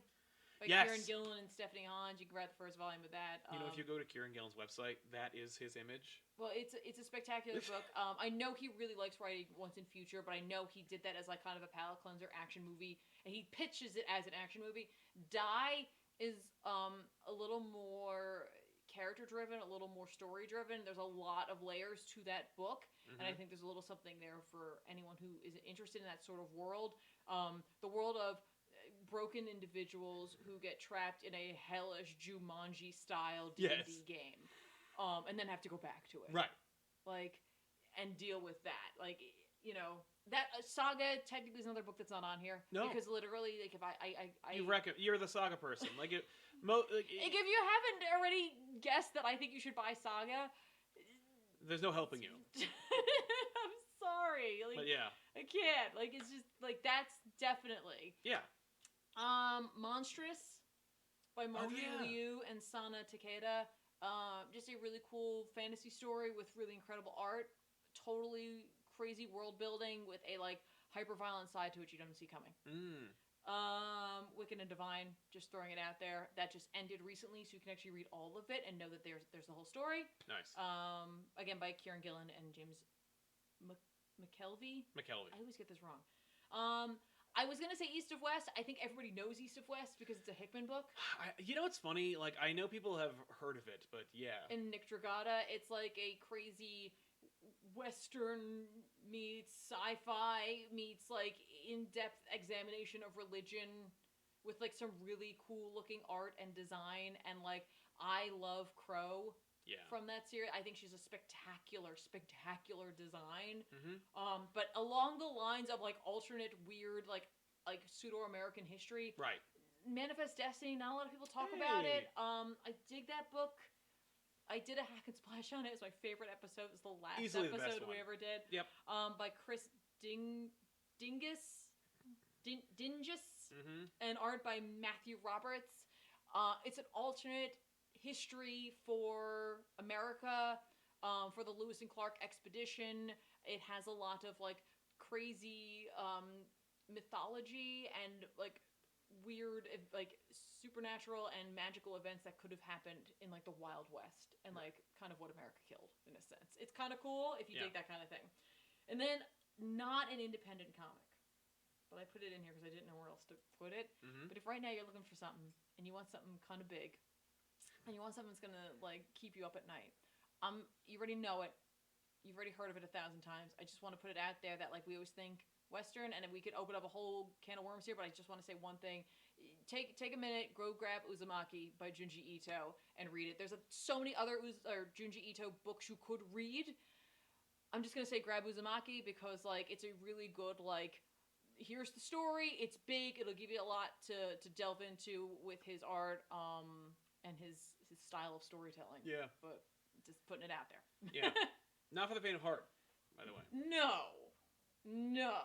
But I think it's a good read. And again, it might just send you down the rabbit hole of wanting more Ito. And there is more out there to be had from other larger complete stories that he's told to small collections of smaller stories that some of them hit for me and some of them don't. But that's the nature of horror in general. That's true. Yeah. Adam Tenhas says, hope you guys are well, stay healthy, and keep them lights on. More Savage Screen Harley Quinn. Thank you very much for your contribution. We really help it. We really appreciate it. It helps us out a lot. As far as Harley Quinn goes, we'll see. We caught the second episode, and Ben needs to catch up on the rest of the show. Okay. Before we watch the season 2 debut. Were we to do it on Savage Screen. Okay. Any more? Well, then I just have like DC and Marvel. Well, let's do it. Oh, okay. I got a couple of Wonder Woman recommendations. That's kind of it. Okay. Over in the DC section of the world, I'm just gonna say Justice League Dark by Tynan, and I just that was just the one I'm like, I gotta get that out of the way. No, but it's so good. It bears repeating because it is like well put together and it's unexpected. Yeah, it's just a really good team book if you're looking for that. There are plenty of other Justice League Dark runs. Yep. I recommend this one just because I like Tynan's way of storytelling, and because if you are reading current DC, it'll fill in some stuff that's going on in this pocket of the universe. Yeah. You know what I mean? Then you can go back and grab some other runs too. True. No, not a problem there. I'm just gonna check out. There's a lot of Black Label books. But I'm trying to think in terms of things that are finished. Yes. Because it's like I could have like gone into the numerous Hill House books, but they're not finished. They're so not I done. don't want to start you on that. Like Plunge is 2 issues in. Yeah. And then where are you gonna go? Right. You have to wait. Right. And you don't know when it's gonna be. Exactly. When the next one's gonna be. But I do want to throw out there Harleen. Yeah. By Stefan Sejic. Yes. Really great character study. If you are into a character study style book like a Mr. Miracle, but shorter. Right. With and really, prettier. And really good looking art. Now Mr. Miracles has its own. Mitch Gerrard's art is incredible. Is honestly incredible. I say grab that, definitely. Yep. You would know that I like Doom Patrol too, since we mentioned Mitch Gerrards, who worked on some covers and stuff like that. Yeah. I just throw out there Doom Patrol. Go back and read the Morrison stuff, but if you think that that's too overwhelming because there's so much of it, you could jump into Gerard Way's Brick by Brick, the first volume of his Doom Patrol run with art by Nick Darrington, who is amazing. Somebody tweeted at him the other day. They were like, "I got my pages." They bought the first original sketches, like the original pages of Brick by Brick, like the first, like where he gets hit in the head with the brick, and they show the brick, and Nick's like, "Oh, you got them," and I'm like, it makes me sad when I think of other people owning the art for like stuff like that, because it's just like, well, maybe they're really passionate about it. Maybe I know, but the lizard part of my brain kicks in where I'm like, oh, no one should have that, or he should have that. He should have that, and he should be able to hang on to it. But I also understand he needs to make some cash. I'm sure he sold it. Like I'm sure he made the money. And sometimes they don't like where are they gonna keep it all? That's the thing. Like they produce hundreds of pages. Yeah, it belongs in a museum. Belongs in a museum. Sticking, I guess, with DC, New Frontier. I feel like I don't need to even say it. You do. But it's a gigantic book, and you could grab it all, and there's never going to be any more. No. Of that. Thanks. Because I'm sorry. Darren Cook is a once in a lifetime talent, yes. And but it's still a beautiful story that was told to us by Sal, and I highly recommend you grab that. Batgirl Year One is like a weird book that I'm very I really love that book quite a bit. I'm not even a big Batgirl reader, honestly. No. But that book, when I was a nanny, I used to take the kids I sat for to the library, and that was in the library, and they would have their reading time, and they had a very small graphic novel section, and that's where I started reading it, and it was to the point where I was like, let's go to the library so I can finish reading this book. Yeah. I just dig it. It's like, you get Year One of it, you got the whole story there. I really like the art. Yeah. It's by Scott Beatty? I've always pronounced it Beatty. Okay. But I don't know. And Chuck Dixon. The art is spectacular. It has the feeling of a Darwin Cook or a Tim with not being that at all. It's very much his own style. Yeah. But it reminds you of other excellent styles. Yeah. So I really dig that. Yeah. And now I'm going to let you talk for a little bit. All right. There's a Wonder Woman movie coming out, and everyone always talks about, what are some Wonder Woman books I should check out? Mm-hmm. There aren't a lot. In my opinion, there aren't a lot of, really, really great Wonder Woman stories, which is, a travesty. And it really is subjective, so it's not true, necessarily. It's only true for me. But I will say, when I cross-reference, a ton of different, sources for Wonder Woman stories, mm-hmm. I always see the same 4. Is it Hecate? I only saw one reference to Hecate. Oh. But Hecate is great, and you should check it out, because it is by Greg Rucka. But, it's part of the Greg Rucka run. So, if you can, you should... I think there's, at least 3 volumes of Wonder Woman Greg Rucka. And Hecate is within that. But you start with volume 1 and you go from there. And if you end up getting Hecate in there, you can. Because Batman's in it. That's why everyone always says, you gotta check out Hecate. He's in it for, a page. Right. He does have a great cover, though. That's the cover where it's Batman's head and Wonder Woman's boot is on it. Yeah. It's like, that's very cool. It's a great visual. But Gail Simone wrote Wonder Woman for a while, and The Circle, for my money, is a really good story. Okay. I would recommend Wonder Woman: The True Amazon by Jill Thompson wrote and drew it. Is also like it's very like Greek inspired. Yeah. It goes to its like Greek roots. I believe we have at least one copy of it here. Sure. The Legend of Wonder Woman Origins by Renee DeLiz. We have a number of copies of that one. It's also like it's a great little like self-contained thing. It's its own thing. It's beautiful looking and a lot of like it's just pure Wonder Woman. Yeah. Gods and Mortals is written and drawn by George Perez, and it is for many people like for most people working in comics, that's the Wonder Woman they think of because it was George Perez's like love letter to Wonder Woman, right? Without an event, because I saw War of the Gods on people's lists, and it's like a Wonder Woman event. It's a DC event in the tune of Millennium and 2001 AD, and it's like War of the Gods is one of the most incoherent, nonsensical, non-Wonder Woman events I've ever seen. It's so horrible and it's so boring.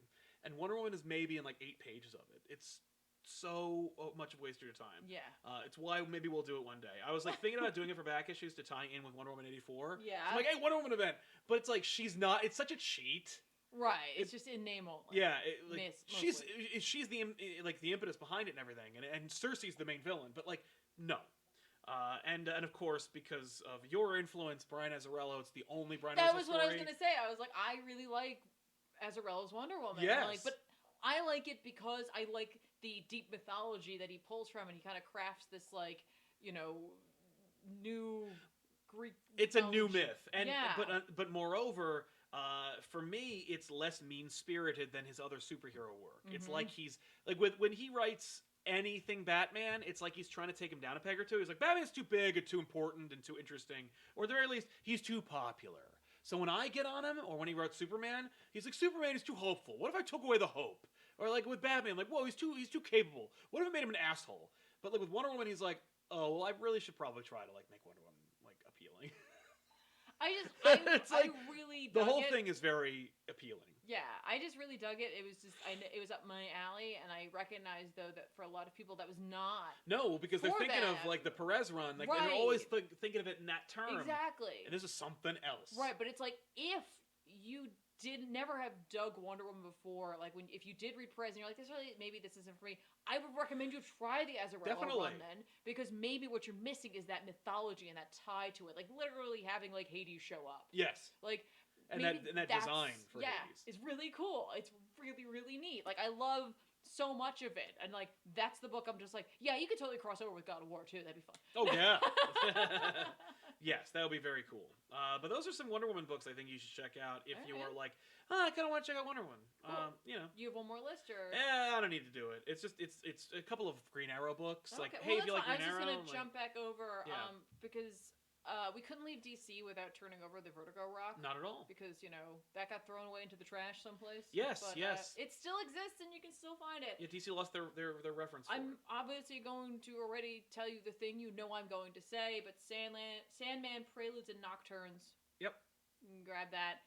There are a lot of also, like, single issues of Sandman that you could just grab to give a shot. Right. You know what I mean? There's an issue about Calliope, The Dream of a Thousand Cats, the Midsummer Night's Feast or Dream. I can't remember which one it is. I'm sure but there are a lot of like random little single issues that you could just look up and grab if you're like, you know what, maybe I don't want to commit to an entire Sandman volume. I recommend that you do, because again, with Preludes and Nocturnes, as I've said countless times, it's written almost as though it's going to end there. Right. And then there's more because Gaiman thought it was going to end there. So you could literally read the first one and feel fairly satisfied if you were like, this isn't for me, but I have a fairly complete story. Yeah. You know what I mean? So I would say that. A lot of folk always want to know where to start with Hellblazer. Yes. Because the Hellblazer volumes are... If you find old volumes of Hellblazer, it's crazy confusing as to what is contained within them. Yep. So you have got a couple of options. Okay. I'd say you could start at the beginning and grab Original Sin. That's a Delano run. Technically not his first appearance. If you're looking for that, you got to go back to Saga of the Swamp Thing, volumes 3 through 6. Yes. That's where you're going to see John for the very first time. Yep. But if you just want to read John, grab Original Sin. Mm-hmm. If instead you're like, I don't want that John Constantine, I want the Ennis issues, start with issue 43, or I think it's volume 5. Okay. It's just... Which volume 5, though? Remember how there's, like, all these different volumes? I'm just saying, like... But issue 43. Issue 43. So look at your volume and say, like, there's a collected issue 43, and goes from there, then you're good. But that's, like, where the Ennis run will begin, is that far into Constantine's run, issue 43. That's crazy. So it's totally up to you. Although, I gotta say, like, I think Delano does a great job, and so I think starting with Original Sin is enough. You know what I mean? But if you're, like, hardcore, like, no, I want to go back to the beginning! Yep. It's gotta be Saga of the Swamp Thing. Right. Which, speaking of Swamp Thing, let's talk about Swamp Thing. If you're gonna read Swamp Thing, you're probably, like most people, just which is myself included, you're looking for Alan Moore's Swamp Thing. Yep. And so you're going to ignore all the other books that say Swamp Thing, and you're going to look for Saga of the Swamp Thing. Yes, and it usually says on it, Alan Moore. Right. You're going to be looking for issue number 21 of Saga of the Swamp Thing, which is Anatomy Lesson, which is one of the most well-known and most talked about issues of Swamp Thing. Yep. Adapted into the show. Yes. It's kind of where things took a turn. Yes. Swamp Thing wasn't doing well in terms of sales, I think, and so they brought more on, and this is where it started. So I would say start there. Definitely. And although just go from there. Len Wein did write Swamp Thing before that, and he created Swamp Thing, and his work is timeless, and you would enjoy it. Absolutely. But a lot of folk are just straight up like... That's the thing, like, go...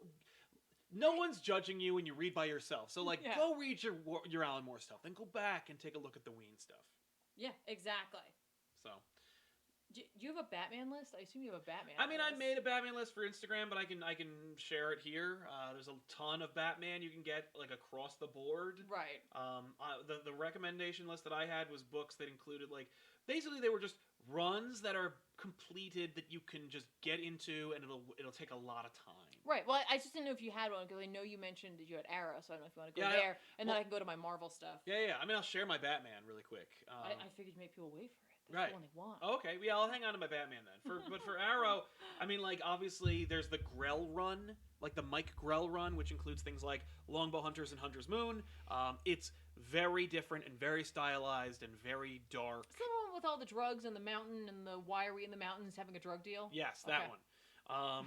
If you want humor, Quiver and Sounds of Violence by Kevin Smith and Phil Hester is really fun. If you want, like, classic Green Arrow, like the Green Arrow that everyone else is referencing, you gotta check out Hard Traveling Heroes from Denny O'Neil and Neil Adams, or the Neil run.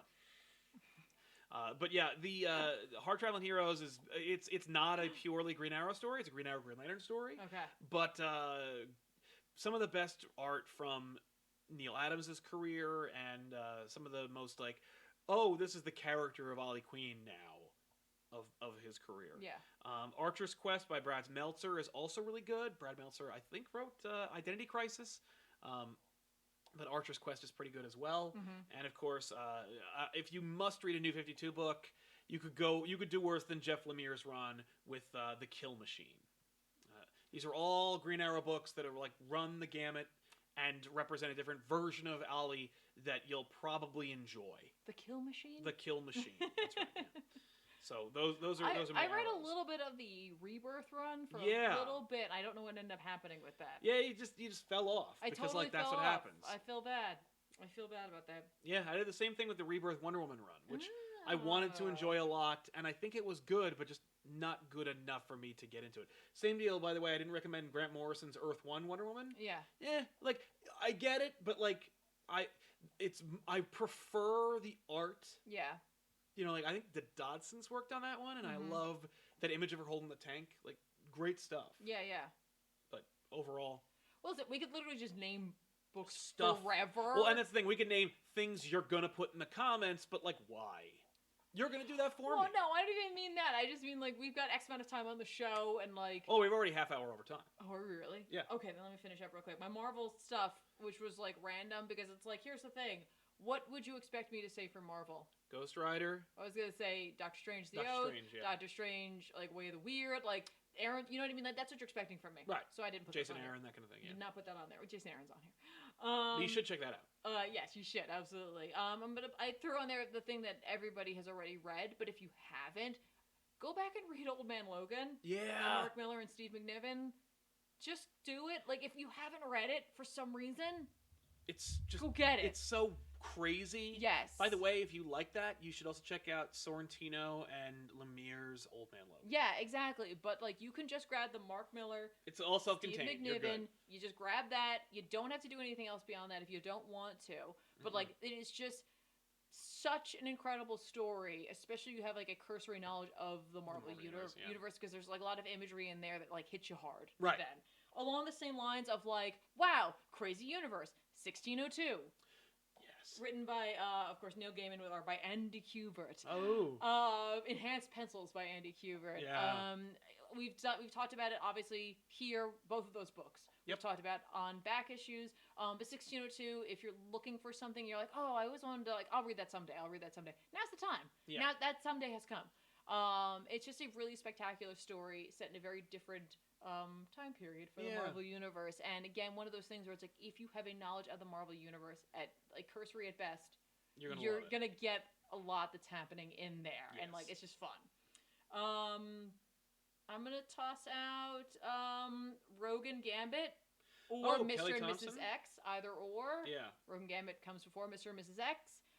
But if Rogue and Gambit are your two favorite X-Men, kind of like they are for me, right? Then you need to grab Kelly Thompson's run on Rogue and Gambit and then Mr. and Mrs. X with their marriage.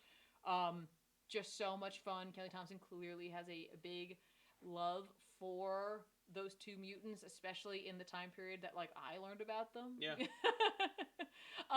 So like I would just go and grab that. It's a fun, quick kind of read for both of those volumes. And I just think it's kind of cool. And it kind of actually gives you some knowledge as to the status quo of Rogue and Gambit right now. Yes. So I would say it's not a bad pull. Talking, of course, about modern books, I couldn't make it through this show without telling you to go read Conan by Jason Aaron and Mahmoud Asrar. Yeah. It's just such a spectacularly told story. Listen, Jim Zub has done a great job on Savage Sword and currently on Conan, and there's a whole bunch of other like current Conan books. But I really loved the way Jason Aaron told his story, and you're going to get some spectacular art.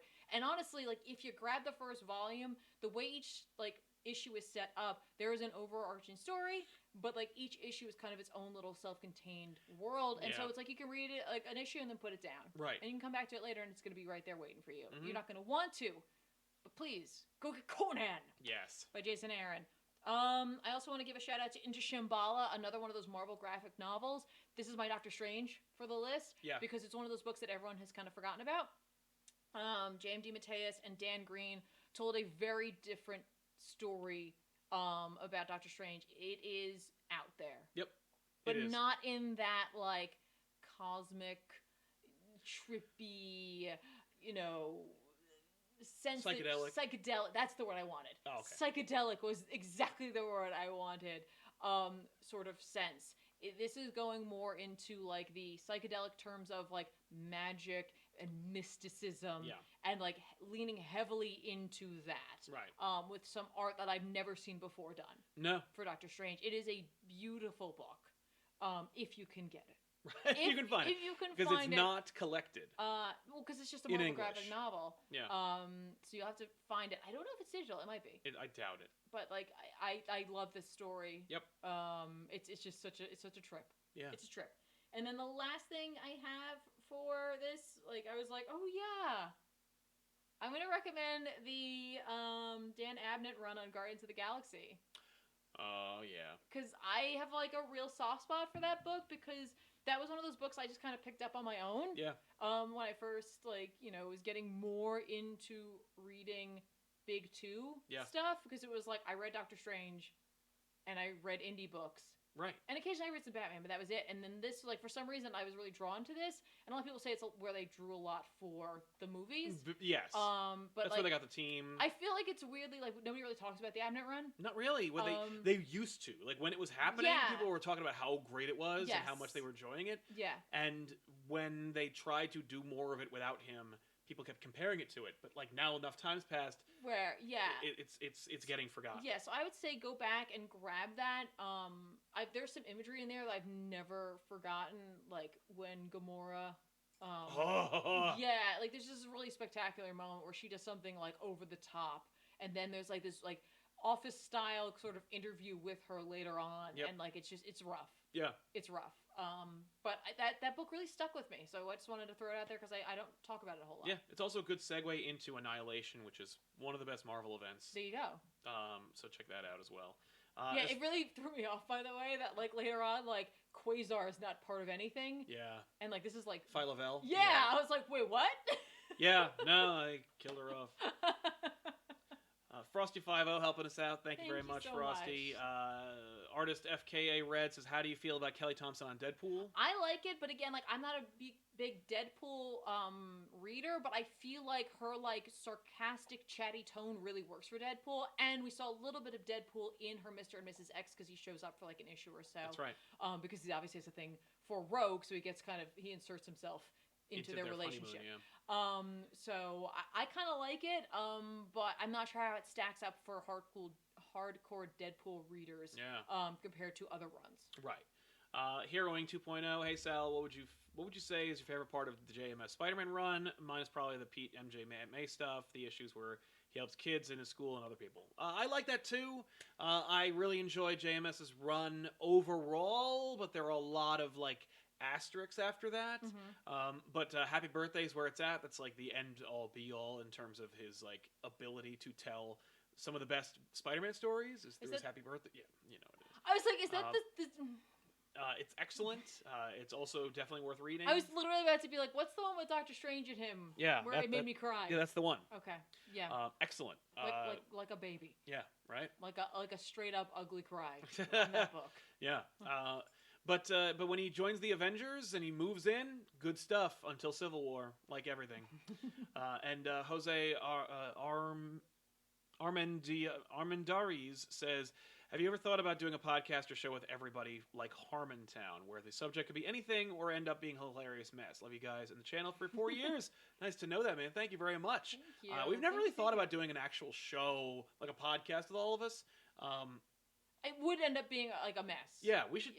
I would consider doing it. Yes. I would very much consider doing it. I don't know what I would call it, but maybe you can let us know in the comments down below what you think of that. Okay. As far as Batman goes, it's on Instagram, but like these are just long, like where it's like I don't have time. I just want to read Batman and the same Batman for a while. You could read the Snyder Capullo run. It does have an end. It ends with the last night on Earth essentially, but like there's a million ends to that run. You can just read it until it stops. Until you don't want it. Until you don't want to anymore. No Man's Land is not a bad place to start. It's an endless stream of Batman in a really odd time. But it's like it seemingly has no end as well, and it's not so much a story as it is a run, because like it collects all these different unconnected shit that just happens during that period. But it is like it is collected in every volume, and you can go all the way. Right. You could also read the entire Grant Morrison run, and it has a definitive end, and you can get all the way through that. So if you start with Batman 1, you go Batman 655, and go all the way to 712 and beyond, you'll be good to go. Where is it? Long Halloween, obviously. You should check that out. It's just beautiful. You could read the Private Case book, which was Detective Comics number 840 to 845. Only 5 issues, a lot of fun. It's a very good story. You should read Batman and Robin from Tomasi and Gleason, which runs about 40 issues, so that's not bad. You could also pick up the Batman Adventures, which I think is better than the Adventures Continue, tying it all back to the end of the episode. But it's about 36 issues. I would read all of those. If you liked that show, you're gonna love these. And for an added bonus, if you are interested in like earlier adventures of Batman with a deliberately modern flair, you should check out the Legends of the Dark Knight series. Well, it's a label. I would recommend the first 5 if you want to know what you're getting into by Yeah. reading Batman Shaman, which came out in '89, and it's very different from everything else, but it's also very like stylized. This includes things like not this run doesn't, but like it'll include things like Batman Venom and like the Cult and stuff. It I has was wondering about because that cover looked, or Oh, the yeah. image you had, that really took me to the Cult. Yes, it's meant to make you think that, but the Cult is actually its own thing, which you Yeah. should also check out. But it's also the Cult's by Bernie Wrightson Right. and Jim Starlin, Okay. and man, good one. But I recommend that all the time. And that goes without saying that we don't even have to mention Dark Knight Returns. Oh, Dark Knight Returns, obviously. Year One, you know, all that crap. Yeah, like, you know, those are there. They're fantastic. If you haven't had a chance to delve into them, definitely grab them. yeah. I'm gonna put this out there because, like, I know not everyone likes it, but if you are someone who is maybe more of an independent reader and is looking to maybe grab a Batman book that like is gonna make you question everything you just read after you're done with it, go grab Batman Damned. I know not everyone liked that book, Right. but like I was just actually giving it a reread today, And it still like, holds up. I think it holds up, but I like those kinds of stories where at the end of it I'm like, wait, is it this? Is it that? Is it whatever? Like intentionally leaving something open-ended I think can really work if it's intentional. Right. And like I I agree. really felt like it was meant to be that. But like I like those kinds of books and it's not super Totally. long. No. But No. again, I know it's not for everyone. That's true. That book is not for everyone. Yeah. But hey, if you're feeling a little nostalgic and you miss Dan DiDio, you should read the best thing his name's ever been a part of, 52. Oh, there you go. It's That's 52 a good issues. One. It's not bad. It's a lot of fun. It's Yeah. the most cohesive DC's been in a long, long time. Did you think before I was going to say Whatever Happened to the Cape Crusader? Because I No, adore but- that book as well. No, I thought you were gonna say Super Heavy. Because I'm the only one who likes. Even Snyder doesn't want to talk about Super Heavy. I know. I'm like, And he no, I wrote that. like it. I know he doesn't even want to reference it. Oh, fine. He has all these cool things. No. But yeah, I want to thank you so much for hanging out with us. Listen, we're in weird times, but not dark times, just odd, weird, bizarre times where there are no comics, but they will be back. They're back. And in greater numbers. Yes, because they're going to be stockpiling them. But yeah, we'll see you guys next time with an all-new episode. Of course, if you haven't already, you should subscribe to this channel. Give this video a like. It helps us out a little bit. But moreover, we want to thank our sponsors for today's episode, all of you in the Super Chats out there. Thank you so much for watching us live and doing that. And if you liked this show or you want more and you're like, don't try to dance around the fact that there are no new comics, then watch every other show we make, of which there are many. There's Elseworlds Exchange. It's another live show we'll do tomorrow. There's also back issues and so much more. I've got extra Elseworlds banked and in the works.